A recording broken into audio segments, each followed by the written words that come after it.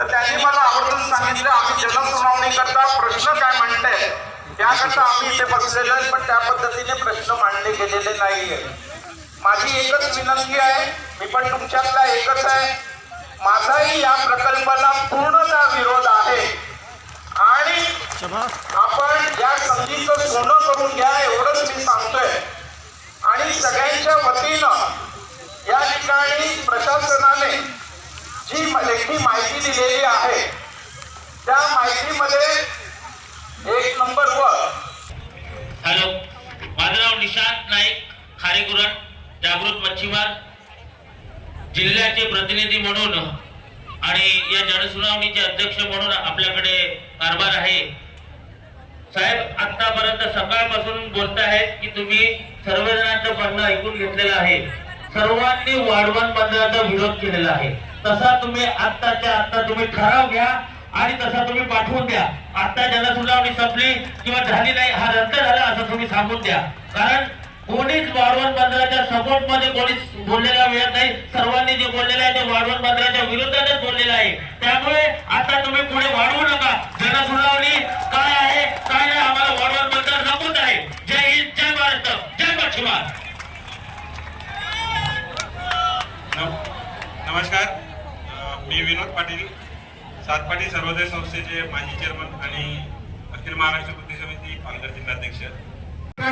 शासनाने या बाबीकडे केंद्र लक्षित करून सर्व अधिकारी हे विज्ञान शाखेचे पदवीधर किंवा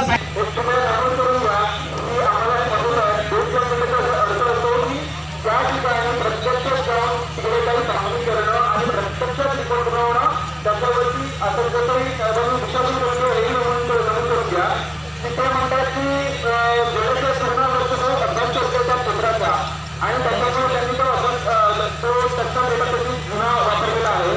तो टीव्हीवर त्यांनी स्पष्ट म्हटलेलं आहे की बेस लाईन डेटा करून सेकंडरी डेटाच्या संशोधनामुळे याचा अर्थ त्यांना पूर्ण हा प्रायमरी सर्वेक्षण अपेक्षित होतं.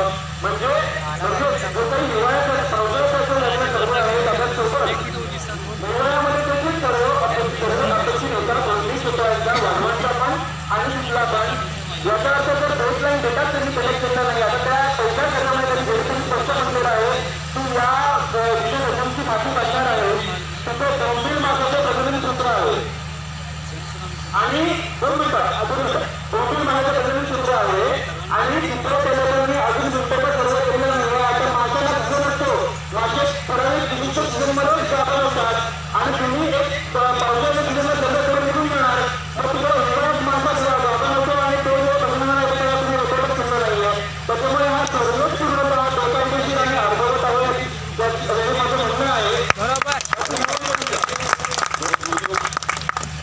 दुसरं जे आहे त्याचे टर्म्स ऑफ रेफरन्स मध्ये त्यात 2 जून 2023च्या 8 च्या टर्म्स ऑफ रेफरन्स मध्ये traffic assessment study for the increase of the traffic due to road related activities on Indian gate and on Vadodara expressway. आमचं म्हणणं आहे हे करण्यात आलेले नाही, कृपा करून स्पष्टीकरण द्यावं.